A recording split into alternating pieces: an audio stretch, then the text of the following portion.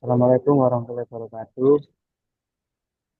Di sini kami mau mempresentasikan hasil final project dari mata kuliah DWO. Sebelumnya, perkenalkan nama saya Yunus Firmansyah dengan NPM akhir 198. Saya Salsabila Hernawan dengan NPM akhir 180. Saya Haidar Moldi Firmansyah dengan NPM akhir 179.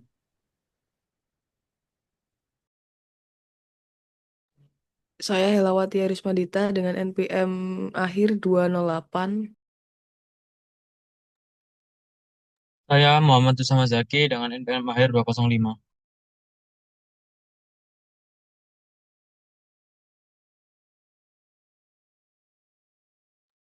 Eh, untuk deskripsi studi kasus, kami ini membahas pengembangan data warehouse dan dashboard sebagai pendukung pengambilan keputusan. Data warehouse berfungsi mengintegrasikan data dari berbagai sistem operasional yang telah divalidasi dan diolah sehingga siap digunakan untuk analisis. Untuk hasil analisis tersebut ditampilkan dalam bentuk dashboard yang menyajikan informasi penting secara visual dan mudah dipahami dalam satu layar. Objek yang digunakan adalah database AdventureWorks 2019, yaitu database OLTP, contoh dari Microsoft SQL Server yang mempresentasikan proses bisnis seperti penjualan, pembelian, produksi, dan sumber daya manusia. Database ini terdiri dari beberapa skema, antara lain sales, purchasing, production, person, dan human resource yang saling terhubung melalui primary care dan foreign key. Dengan struktur tersebut, AdventureWorks 2019 cocok digunakan sebagai dasar pengembangan data, warehouse, dan dashboard untuk keperluan analisis serta pembelajaran desain basis data relasional.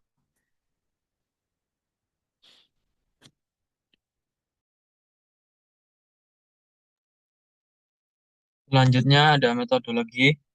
Dalam penelitian ini, metodologi yang dilalui untuk mencapai hasil yang diinginkan yaitu analisis adventure work.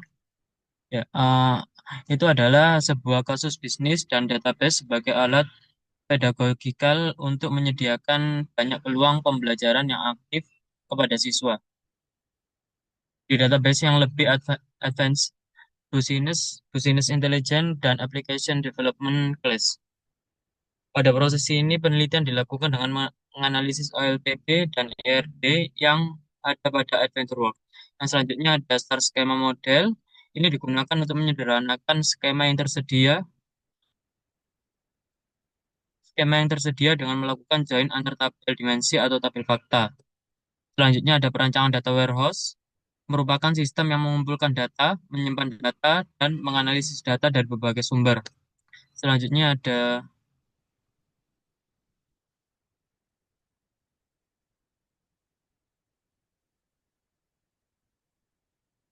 yang metode pada penelitian ini adalah nine step metodologi yang dikembangkan oleh Rob Kimball. Metode ini memiliki 9 tahapan diantaranya. Cost the, yang pertama yaitu process. Proses yang digunakan untuk database adventure work adalah proses penjualan. Yang kedua adalah just the grain. Ini merupakan pemilihan terkecil untuk menentukan apa yang akan diharapkan untuk memunculkan atau digambarkan oleh record di dalam tabel fakta yang ada. Berikut merupakan tabel yang menentukan grain pada adventure work. Eh, pada tabel ini menjelaskan tentang grainnya itu yang pertama ada apa saja produk terlaris, itu termasuk dari dimensi time. Selanjutnya ada di mana wilayah produk itu terjual, termasuk pada dimensi produk dan dimensi sales territory. Selanjutnya ada kapan saja produk itu terjual, termasuk pada dimensi customer. Selanjutnya ada siapa customernya, termasuk pada dimensi sales territory dan dimensi time. Selanjutnya ada bagaimana pendapatan dari produk yang terjual, masuk pada dimensi produk. Selanjutnya ada identify and confirm the dimension. Ini digunakan untuk menggambarkan dimensi yang dibutuhkan pada proses sebelumnya. Tahapan ini dilakukan identifikasi tentang dimensi apa saja yang terkait dengan fakta. Berikut yang merupakan dimensi yang dibutuhkan untuk dimensinya. Yang pertama ada time dengan jumlah kolom 8, jenis tabelnya dimensi, lalu primary key-nya time ID. Selanjutnya ada dim sales territory, jumlah kolomnya ada 4, termasuk pada jenis tabel dimensi, dan primary key-nya territory ID. Ada dim customer, jumlah kolomnya 3, jenis tabelnya dimensi, primary key-nya customer ID. Lalu yang terakhir ada dim product, jumlah kolomnya 3, jenis tabelnya dimensi, dan primary key-nya product ID. Yang keempat yaitu step fact, eh, berdasarkan brand yang telah dibuat dengan dimensi yang ditentukan juga dapat disimpulkan untuk tabel faktanya adalah total penjualan. Selanjutnya ada store pre-calculation in the fact table. Pada fakta yang terpilih, setiap fakta harus diperiksa ulang untuk menentukan apakah terdapat kesempatan menggunakan pre-calculation. Berikut adalah contoh kalkulasi awal yang disimpan dalam tabel fakta sebagai berikut, yaitu jumlah tipe pelanggan. Merupakan jumlah pelanggan yang memiliki tipe yang berbeda. Selanjutnya ada decide the duration of the database. Ini digunakan untuk membangun data warehouse eh, database 5 tahun terakhir. Selanjutnya ada track slowly change changing dimension. Tahapan ini adalah tahapan di mana harus dipastikan perubahan setiap data yang akan digunakan tercatat dengan baik. Setiap perubahan data akan berpengaruh pada hasil. Dalam menanggulangi perubahan data ada beberapa hal. Yang pertama, dengan mengubah data pada tabel dimensi langsung atau dengan membuat sebuah tabel baru berisikan data update yang terbaru. Pada penelitian ini, data yang dapat berubah seperti penjualan tiap daerah, peningkatan tahunan, dan sebagainya. Yang terakhir ada decide the query priority and query model. Eh, Selanjutnya yang keempat, decide the query priority and query model. Dalam tahapan ini dilakukan penentuan prioritas query untuk membangun data warehouse seperti pada proses ETL. Yang kelima yaitu ETL adalah proses ekstraksi data, transformasi data, download data, dan berbagai sumber yang dijadikan menjadi satu kesatuan data dan disimpan di dalam warehouse untuk diproses menjadi sebuah informasi dan yang dikonsumsi oleh perusahaan.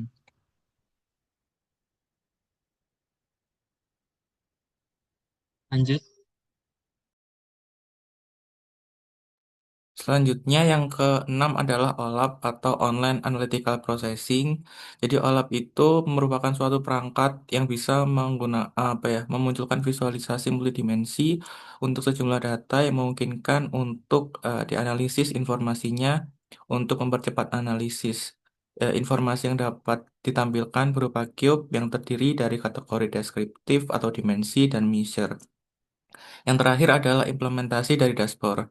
Dari dashboard ini adalah sebuah antarmuka visual yang bertujuan untuk membantu menyajikan data dan informasi secara ringkas, informatif, dan mudah dipahami oleh pengguna. Penggunaan dashboard ini sangat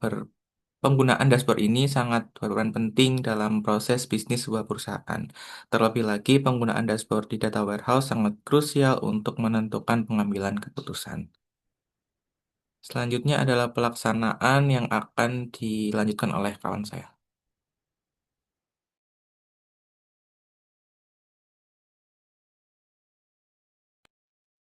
Baik, di bagian pelaksanaan di sini ada implementasi multidimensi dan di sini setelah menentukan tabel dimensi, kami dapat melakukan implementasi dari data yang telah didapat, yang dimana ditemukannya 5 dimensi sesuai gambar berikut ini ada tabel dim time, tabel fact sales, tabel dim product, tabel dim customer, dan tabel dim sales territory.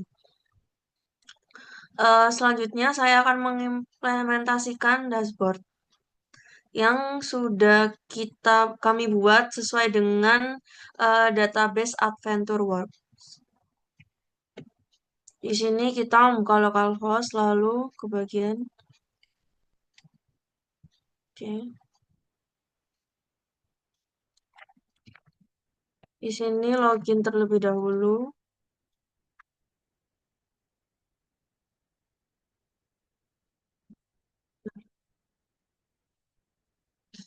Baik, selanjutnya saya akan melanjutkan untuk implementasi fungsi di bagian dashboard. Dari green yang sebelumnya ada pertanyaan yaitu total barang terlaris setiap tahunnya, total penjualan berdasarkan produk kategori, jumlah pendapatan produk di berbagai wilayah, lalu ada jumlah pelanggan, persentase pendapatan, dan OLED Mondrian. Baik, ini adalah bagian dashboard untuk Adventure Work yang sudah kami buat. Selanjutnya kami login terlebih dahulu.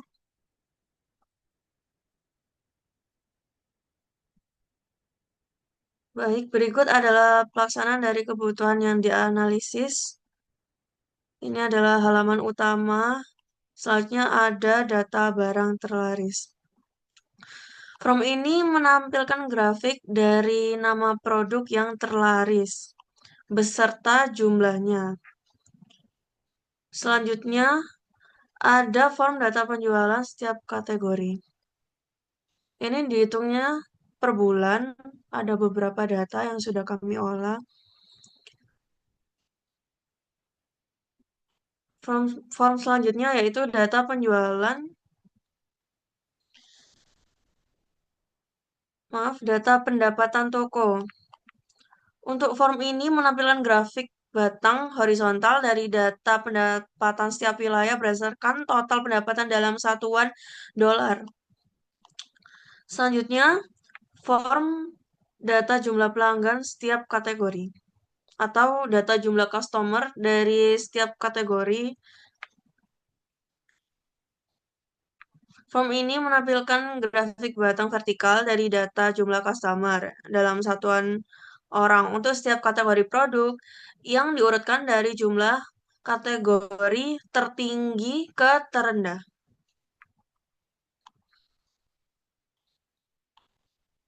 Baik, untuk form data pendapatan berdasarkan kategori. Baik, ini adalah data pendapatan dari setiap kategori. Form ini menampilkan diagram pie atau pie chart dari data pendapatan berdasarkan kategori. Setiap irisan atau L atau segmen dalam lingkaran mewakili persentase pendapatan dari satu kategori produk. Contohnya di sini road bikes itu adalah pendapatan dari produk yang paling terbanyak untuk database Adventure Work ini. Selanjutnya untuk di bagian form OLED Mondrian ini kami menyatukan beberapa tugas-tugas yang sebelumnya sudah diberi oleh Pak Efrat. Nah, tampilan ini merupakan halaman indeks atau menu navigasi OLED yang diintegrasikan dengan Mondrian pada dashboard Adventure Work juga, yang berfungsi sebagai gerbang utama bagi pengguna untuk memilih berbagai link analisis data. Dari halaman ini tersedia daftar akses ke berbagai data warehouse seperti Sakila, ADW1, ADW2, dan OLED Data Adventure Work. Serta sebagai contohnya ini ada mencakup fitur pivot table penggunaan hierarki hingga XML for analysis tester. Selain menu utama tersebut, terdapat sidebar navigasi di kiri yang memudahkan pengguna untuk memantau berbagai metrik melalui grafik mulai dari data barang terlaris dan pendapatan toko hingga rincian jumlah pelanggan serta pendapatan setiap kategori. Baik, berikut penjelasan dari kelompok 11 untuk dari saya bagian implementasi dashboard. Kurang lebih seperti itu. Kami dari kelompok